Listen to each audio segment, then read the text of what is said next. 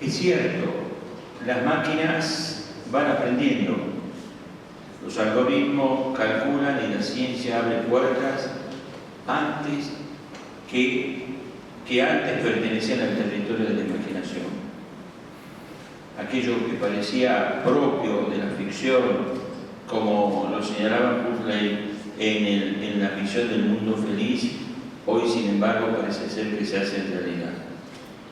Sin embargo, en medio de esta carrera por el poder y por el dominio de la naturaleza, existe un riesgo silencioso: olvidar lo que es el ser humano, opacar y eclipsar su dignidad y someter a la condición humana a un objeto que puede rediseñarse, ni un mecanismo más en el que se puede optimizar simplemente rendimientos. Esto ha llevado a que el Santo Padre León XIV, en el próximo tiempo pascual, pronuncie su primera encíclica sobre Magnificat Humanitas, donde planteará la intervención de la inteligencia artificial en el contexto del mundo moderno. La historia ha mostrado muchas veces el peligro de olvidar esta verdad. Cuando el ser humano cree poder reinventarse sin límites y convertir el mundo en un laboratorio para sus deseos, corre el riesgo de sacrificar lo más sagrado, la vida misma. Se eclipsa en él la conciencia de la dignidad del otro ser humano. Se ha humanizado a los animales y se ha olvidado la condición digna del ser humano desde el seno materno hasta el último momento de su vida en la eutanasia. Las utopías que prometían construir una humanidad perfecta terminaron a menudo generando sufrimiento, porque olvidaron que el corazón humano necesita más que la eficiencia, necesita verdad, amor y misericordia. Vivimos una humanidad hipercomunicada, pero enormemente deshumanizada. Sin embargo, cuanto más y mayor es nuestro poder, mayor debe ser también nuestra conciencia ética ante el valor intangible de la vida humana que comienza en el seno de una madre y que termina naturalmente en el final de la vida de este ser humano. Por otra parte, la experiencia de años enseña que el progreso técnico por sí solo no garantiza una sociedad más justa ni más humana. La verdadera medida del progreso no es únicamente lo que somos capaces de hacer. En ciudades cosmopolitas como esta, donde el rendimiento solamente tiene clave de éxito, termina el hombre deshumanizándose y perdiendo el sentido de su propia existencia. Es por eso que muchas peticiones antropológicas de gritos de dolor de la eutanasia reflejan la falta del sentido de la vida, de dónde venimos y hacia dónde vamos, como decía Jaime Dávalo. Como señala Hans Jonas, en el tema de la dignidad humana, lo que debe regir es el principio de la responsabilidad. En medio de esta transformación acelerada existe una verdad que debe permanecer como fundamento de toda legislación y de toda política pública. No se puede trabajar parlamentariamente, no se puede concebir en el debate de una comisión cualquier tipo de ley que no tenga como fundamento la dignidad del hombre. Cada persona posee un valor intrínseco que no depende de su condición social, de su productividad, de su origen y de sus capacidades. Ese valor es la base sobre la cual se construyen los derechos, las libertades y la convivencia democrática. Cuando la dignidad humana se convierte en el centro de nuestras decisiones políticas, la justicia deja de ser una idea abstracta y se transforma en una práctica concreta, porque de ida y de vuelta lo que figura es el hombre, el ciudadano de la calle, que no solo es el que vive en esta capital, sino el que vive en el hemisferio tal vez norte, desconocido para nosotros, como el de La Quiaca o como el de Río Grande. Significa que se debe legislar pensando en los más vulnerables, en proteger la vida.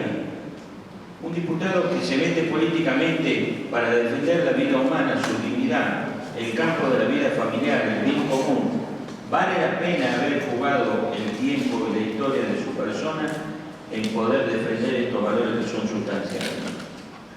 No olvidar que en el arco existencial de esta verdad, que lo abarca todo el hecho real de Argentina, cada ser humano, desde su concepción hasta su final natural, es digno, cualquiera sea su condición.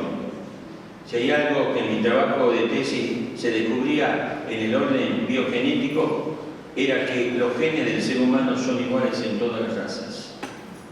La primera verdad moral que surgió de la investigación a nivel parlamentario en el voto de la UNESCO fue que todos los seres humanos, cualquiera sea su raza o condición social, tienen la misma especie genética, desde el momento de la fecundación hasta el final de su vida.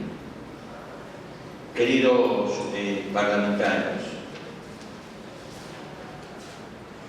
hemos de afirmar que la dignidad humana, la dignidad del ser humano, es el camino para construir la paz y la justicia. Se lo sugiero, queridos diputados, no dejen de gritar en el Parlamento la verdad digna que tiene cada ser humano. No lo dejen de gritar. Pasarán a la historia defendiendo la verdad, no negociando la verdad. Es reconocer que más allá de las máquinas, del poder y de la ambición, cada persona sigue siendo un misterio irrepetible, llamado a vivir en libertad, en fraternidad y esperanza. Del mismo modo, la paz social no surge únicamente de la estabilidad económica. El Papa Juan Pablo II, cuando pedía que la Unión Europea reconozca en el prólogo de su Constitución su origen y sus raíces cristianas, planteaba: una comunidad no puede unirse solo en la base del nombre económico de su moneda. Eso luego trae problemas. La paz verdadera nace cuando las personas se sienten reconocidas en su dignidad y cuando las instituciones actúan con equidad, transparencia en el desarrollo del bien común. Ya para ir terminando, ¿cuánta dignidad humana necesita Argentina? ¿Cuánta necesidad de volver a recuperar el valor digno del niño que quiere nacer, que tiene su derecho inalienable? ¿Cuánta dignidad necesita el niño que a veces le falta para comer, o al mismo tiempo parece ser un plan sistemático de una hambruna de educación que ha llevado a que no solo haya pobreza en un 40%, sino un analfabetismo cultural en diversos grados en más del 60% en este país?